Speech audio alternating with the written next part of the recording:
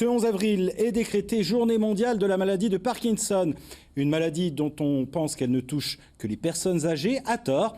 20% des patients ont moins de 65 ans et certains malades sont même diagnostiqués avant 45 ans.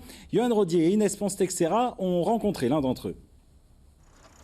Il a préféré témoigner anonymement pour préserver son entourage, mais surtout pour éviter que son employeur et ses collègues soient au courant.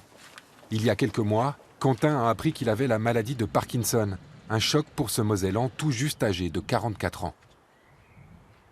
J'ai appris que j'étais atteint par la maladie de Parkinson parce que j'ai commencé à avoir des problèmes de marche.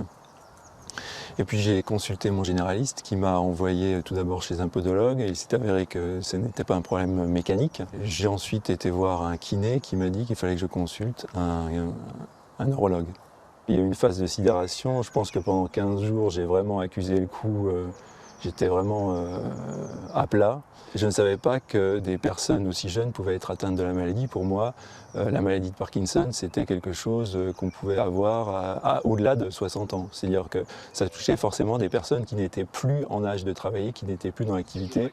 Chez Quentin, la maladie se manifeste par de légers tremblements et des douleurs musculaires, mais c'est surtout son pied gauche qui le handicape. Ce qui m'embête le plus en fait dans la journée, c'est vraiment la marche et le pied qui part de travers. C'est comme si le cerveau donne un ordre. On comprend bien que le cerveau donne l'ordre au pied d'aller dans telle position, mais le pied, lui, il fait exactement ce qu'il veut, c'est-à-dire qu'il ne répond pas. Quentin exerce une profession intellectuelle. Pour le moment, il a choisi de ne pas parler de sa maladie au travail. Mon idée, c'était de ne pas l'ébruiter pour deux raisons. D'abord parce que je ne voudrais pas qu'on ait pitié de moi, parce que ça c'est vraiment un sentiment assez horrible. Donc la pitié, non. Et d'autre part parce que je suis capable de faire tous les jours mon travail et que je n'ai pas besoin que des gens sachent que je suis malade et s'imaginent que je ne suis plus capable de faire mon travail alors que visiblement je le fais tous les jours. Alors les questions qu'on se pose tout d'abord quand on aime son métier, c'est est-ce qu'on va pouvoir encore l'exercer longtemps ? Ça, c'est évidemment une question que je me suis posée immédiatement. Ensuite, je dirais qu'on se demande si on va pouvoir arriver jusqu'à l'âge de la retraite et subvenir aux besoins de sa famille. On y va. Ouais, là, c'était beaucoup mieux. Pour retarder la progression de la maladie, Quentin a décidé d'entretenir son corps en pratiquant chaque jour une activité physique. Une fois par semaine, un professeur de sport habitué à travailler avec des Parkinsoniens vient même lui donner un cours à domicile. Le sport, c'est d'abord fait pour s'entretenir et faire en sorte que les muscles continuent à fonctionner normalement, d'une part. Puis d'autre part, ça apporte la dopamine qui manque dans le cerveau et qui est apportée en partie par les médicaments, mais qui est complétée par le sport qu'on peut faire tous les jours. Tu fixes bien tes appuis par terre, c'est le plus important. Hein. Moi, j'espère que je vais réussir à me maintenir dans un état de forme convenable pour essayer de faire mon travail et pour essayer d'avoir une vie familiale normale. Afin de rompre l'isolement des jeunes malades comme Quentin, l'association France Parkinson met en place des cafés jeunes. Il en existe déjà un à Metz, un autre devrait voir le jour prochainement à Nancy.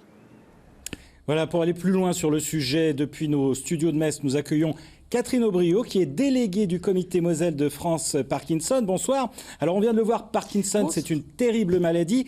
Vous êtes vous-même concerné par la maladie puisque votre époux est touché, est malade. C'est quoi un Parkinsonien au quotidien ?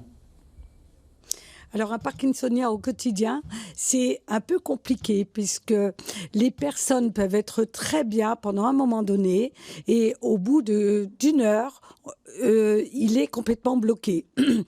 En étant aidante, quand on ne comprend pas la maladie, c'est très compliqué. Donc, ce qui est important, c'est que l'association Parkinson peut aider justement les aidants pour leur expliquer la maladie de Parkinson, parce qu'il y a des problèmes de sommeil. Aider les aidants d'une part, mais aider les patients d'autre part. Vous m'avez dit lorsqu'on a préparé cette interview qu'il fallait apprendre la maladie. Voilà. Comme vous dites, il faut apprendre la maladie. Quels sont les symptômes ? Comment réagit un malade ? Quels sont les effets secondaires des traitements ? Être patient. Ne pas stresser le malade. Il y a beaucoup de choses à apprendre que naturellement les neurologues n'ont pas le temps de donner les indications et les explications.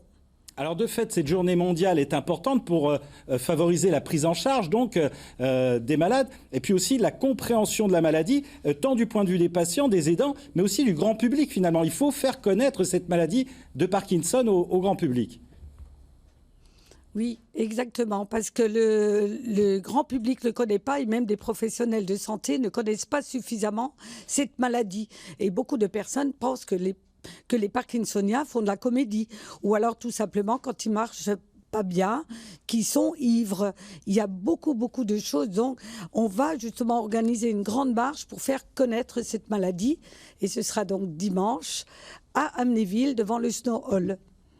Alors, faire connaître, vous l'avez dit dimanche, cette maladie au travers de cette marche à Amnéville au départ du Snow Hall. Il y a également ce soir au 8 en Fourni-Rue un café Jeune Parkinson. Et puis, vous m'avez demandé de le dire, on va le faire le 19 avril prochain. Ce sera également la journée mondiale Parkinson, cette fois-ci à Nancy, même si c'était aujourd'hui partout dans le monde. Merci à vous d'avoir accepté notre invitation.